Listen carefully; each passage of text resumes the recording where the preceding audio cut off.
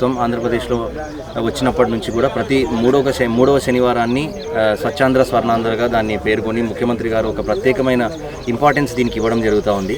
ప్రమోదం ప్రమోదం ప్రమోదం ప్రతి సృష్టి చిత్రం ప్రమోదం ప్రయాణం ప్రయాణం ప్రయాణం విశ్వంతో మమేకం